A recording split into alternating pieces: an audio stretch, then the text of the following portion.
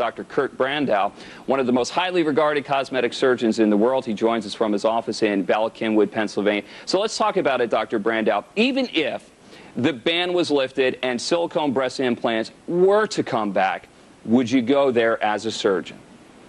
No, I wouldn't use silicone implants because recently I've taken so many of them out for leaking problems that I don't really understand why they ever wanted to bring them back.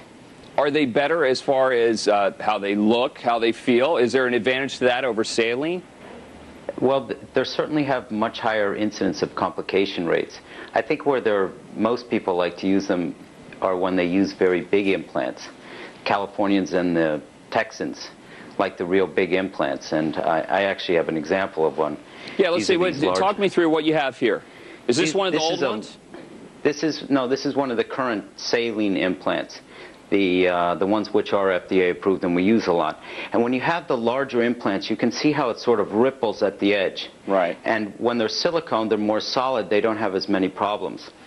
Mm-hmm. But when you use smaller implants, like this saline implant, which I currently use, which will go up about a cup size or so, and I put them through a little invisible incision in the armpit. These are tough. They don't break. They don't.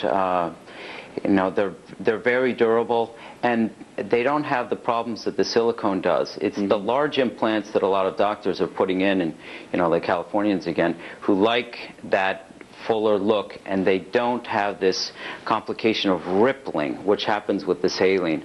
And I think that implants placed under the muscle can be done through these little tiny incisions like the ones that I do. That's are how very you prefer. Safe. And yes, and it's how I prefer to do it, but they're safe.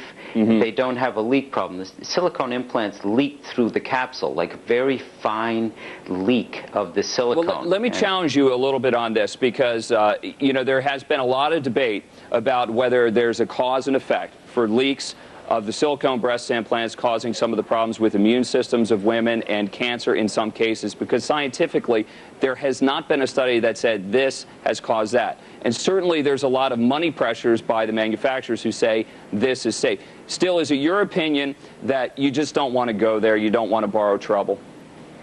Yes, that's partially true, but I think more than the cancer, or as much as the cancer or these autoimmune diseases, there's a complication rate as high as 46%. Even the company showed it, and over a quarter of them had to be changed and removed. Saline implants leak only 0.5% of the time, so they're not that complicated. And I think with cosmetic surgery, it should be something that's simple, that's not going to cause a lot of problems. And as long as patients know that they'll have to change these saline implants every 15 years, just like you change veneers or you change other things that are in the body, I think patients are willing to accept it. But when the implants get hard, or they need to have multiple operations, this is the problem, and I think this is why the FDA decided not to do it. Okay, so it's your expertise that says, hey, look, you just don't have as many complications with them, be it one, a matter of health or inconvenience, so you're sticking with the saline. But I know your patients must follow the news and call you up and say, hey, look, is this coming back? Have any women called and said, is it time, can I go back? Would you do this procedure for me? Some patients have asked me, but I've told them about the risks and the complications. And as I said before, I've taken out so many silicone implants, which are not in the first 5-10 years. They're usually about 12 to 15 years where they begin to develop these sort of joint pains, or they feel sick all the time. And I've taken these implants out, and within 3 to 4 weeks, the patients recover and say that they feel so much better, they're doing much better. So I'll never use them again, and I don't understand why people still want to bring them back on the market. Talk about some of the pressures from the manufacturers, though, and the evidence that they bring to the table saying that, look, this doesn't cause that, compared to some of the personal experiences and people being upset by this all. Talk about how money just really plays a big role in medicine and how we practice it.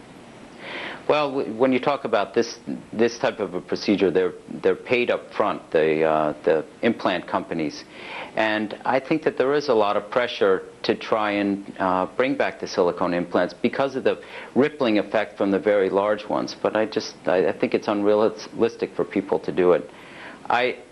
I go to these conferences and I see the representatives who are saying, you know, more and more people are using silicone implants, but I think that there is a lot of pressure, and they're giving the implants for, you know, a discounted rate. It just is something that I'm glad that the FDA stepped forward. You're not comfortable with it, and a lot of people who are opponents of it say, look, more research needs to be done. All right, Dr. Kirk I think Braendow. so. Thanks so much for coming in, or at least Thank you very much, spending some time with us from your office here in Bala Cynwyd. For more information about cosmetic surgery procedures performed by Dr. Braendow, you can log on to www.brandowclinic.com.